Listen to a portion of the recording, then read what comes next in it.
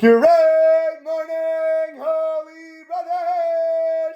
Thank you so much for joining us on our pathway to peace inside the Garden of Peace. If you're following along, we're on page 323, and today's lesson is going to be called Abolishing Arguments. There are people in front of me and behind me who don't want to be on camera, so don't think that I'm just talking to myself right now. But if you want to, that's still okay. Laugh so they can hear you. Okay, thank you. Today, we talked about last time cherishing, what it means for a husband's commitment to cherish his wife, that it is so important that it precedes his obligation even to support her financially, since the Kesufah requires him to work, to cherish, to feed, and support her. What does cherish include? It means loving, it means respecting, it means not arguing with your wife, whatever is going on. Our sages in their infinite wisdom understood that a woman needs love and needs respect even before she needs bread and water. You hear? To destroy her from the inside is going to kill her.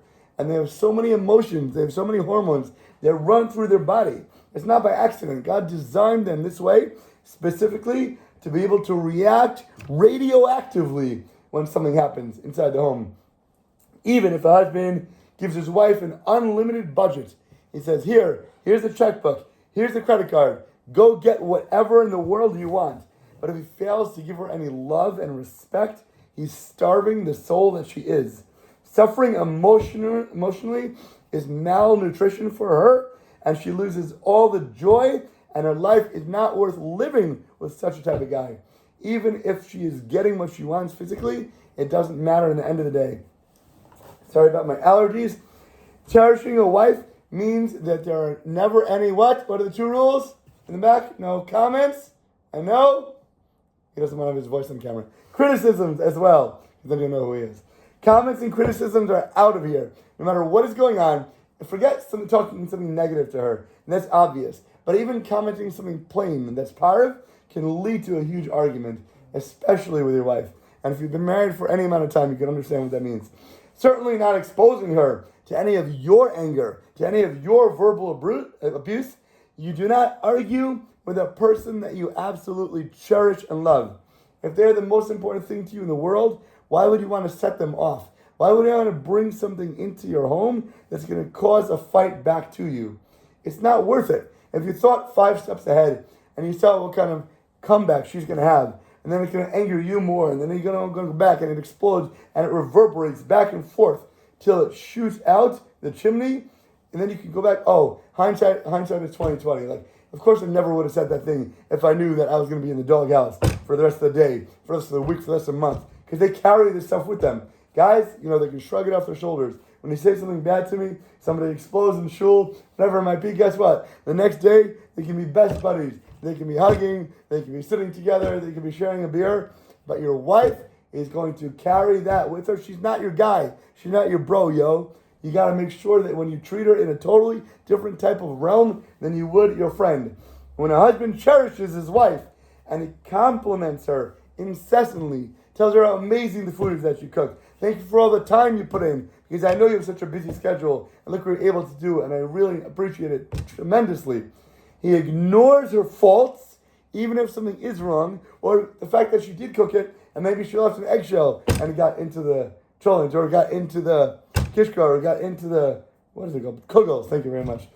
Guess what? You don't say, look what I found, and then she's going to feel terrible about it. All the time she spent now is undone, because now she feels like she wasted everything, and it's all terrible. My mother-in-law is the biggest example. Every single time she cooks, no matter what she makes, she brings it to the table, saying what's wrong with it, even before it gets put down. I just want to tell you, this chicken's too dry. Or I just want to tell you, the potato kugel got a little burnt. Or I forgot to add salt. I'm like, what? It's amazing. Thank you so much for making it for me. Hello, I appreciate the time, and it's great. Okay, so there's one little bad part. So what? It's still great. It's still amazing. Thank you very much. And then you uplift them, because sometimes people come down to you when they're already down, and then you have to bring them up back to neutral. Like Rabbi Eliezer, I love that we talked about, even now when we're talking about Paro, the Jews leaving Egypt, it's very apropos. It talks about Hashem. What did he do to Paro? He hardened his heart. So many people ask, what kind of Bechira? Where is Paro's free will? Everybody has to be given an equal chance in life in order to get rewarded or punished for it. So if you're going to take away somebody's free will, and then you're going to smack him with a makkah, and another one, and another one, and another one. What's going on? Okay, so for the first 5, maybe you had some from choice. But now that you take away his choice, you're going to harden his heart, that he says, no, I'm not going to let your people go, and then you're going to kill him for it? What kind of sense does that make? So one of the greatest answers I heard from Rabbi Kiva Tas was like, if you ask Paro on an average day, hey, can we let those Jews go out of Egypt? Are you out of your mind? I'll never let those Jews go. Look how much work I'm getting from them. Look what kind of industry it's providing for my people.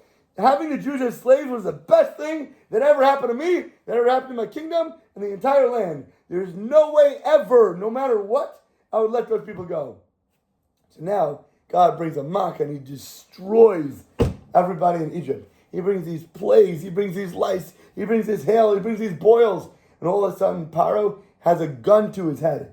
If somebody says, hey, eat this cheeseburger or I'm going to blow your brains out, guess what? Honest, you're allowed to eat the cheeseburger.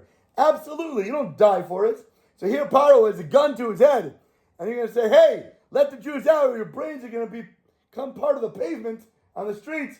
What's he going to say? Okay, get them out of here. Of course Paro would say go. So guess what Hashem did? Hashem hardened Paro's heart just enough not to make him say, hey, I'm never going to let the Jews out. But Paro had a gun to his head. So by hardening his heart, all God was doing was removing the gun from the situation to get Paro back to his equilibrium. He wasn't making him say, no, I'm not going to let you go. He just brought him back to the point of neutrality where Paro can have an actual choice again to say, I want to let them go or not go. So if you bring him back to what Paro's normal everyday answer was no, I'm not going to let them go. So because he was beaten down, because he was destroyed, now Hashem just brought him back a little bit to say, okay, now when I ask you the question, what's it going to be? So it wasn't a hardening of the heart to take away his free will. The hardening of heart literally gave him back his free will. He got his Bechira back. That's what's so amazing about the Pasuk. Amazing part, no? Yeah. So great. So when it comes to our women and it comes to our wives, understand that their level playing field, their equality, their neutrality is nothing like what you're thinking. Your brain works on a different plane than them. Men are from Mars and women are from Venus. They're aliens to you. To put a guy and a girl together, they're completely opposite ends of the magnet. He's north, she's south. But guess what? When you put north and south together, they attract. They combine, they're complementary, and they're supplementary, so they can make sure that you have your full degrees in your marriage to accomplish everything that you need to. Because by yourself, you're never going to be able to do it. So we have to understand that she's a bracha in our lives. And when it comes to these things, to make her happy, to make her feel cherished, to make her feel loved, that's the greatest thing not only that we can do for our wives, but for our greatest benefit as well. So we can benefit most from what we're doing. So when a husband cherishes his wife, and he compliments her all the time, and he ignores those faults, and focuses on her virtues and her positive attributes, he's giving her the feeling, wow, she is the best woman on earth. You are so amazing. And when she feels amazing, then she can help you. She can help you grow and help you understand what your tikkun, your soul correction is in this life, but only when she's at that level. So we have to do that work to make sure she's at that level all the time. Another reason that cherish comes before the word support in the Kesubah, in the marriage contract, is that a Jewish law requires a husband not only to provide for his wife, but to do so in that respectful and loving manner. If he gives you a cashier's check for $1 million and he throws it in her face, he says, here, get out of the house. I don't want to see you. Go take care of what you want. Go hang out with your friends. Just don't bother me because I want to do what I want to do and I don't want you here right now because you're bringing me down, or is snarling, or is hissing through his teeth.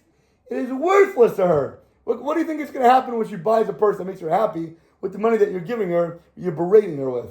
She's going to come back and every time she sees that purse, she's going to think of how much of an idiot and an animal you are. So you're giving her a constant reminder of your negativity towards her. It makes no sense. Faithfully, after a husband commits to cherish his wife truly, wholly, and loyally, he obligates himself then to provide all the necessary things for her faithfully.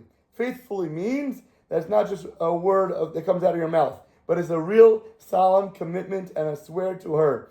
It means that he does not have the attitude that he's doing her a favor. When you take out the garbage, or you clean up the floor, or you're folding the laundry, don't think that you're doing your wife a favor. Oh, this is her job. So if I come in here and I do something extra special that I think I don't have to do, she should thank me for it. What are you talking about? I'm doing you a favor. This is your job. This is your work. Why are you not kissing my feet for it?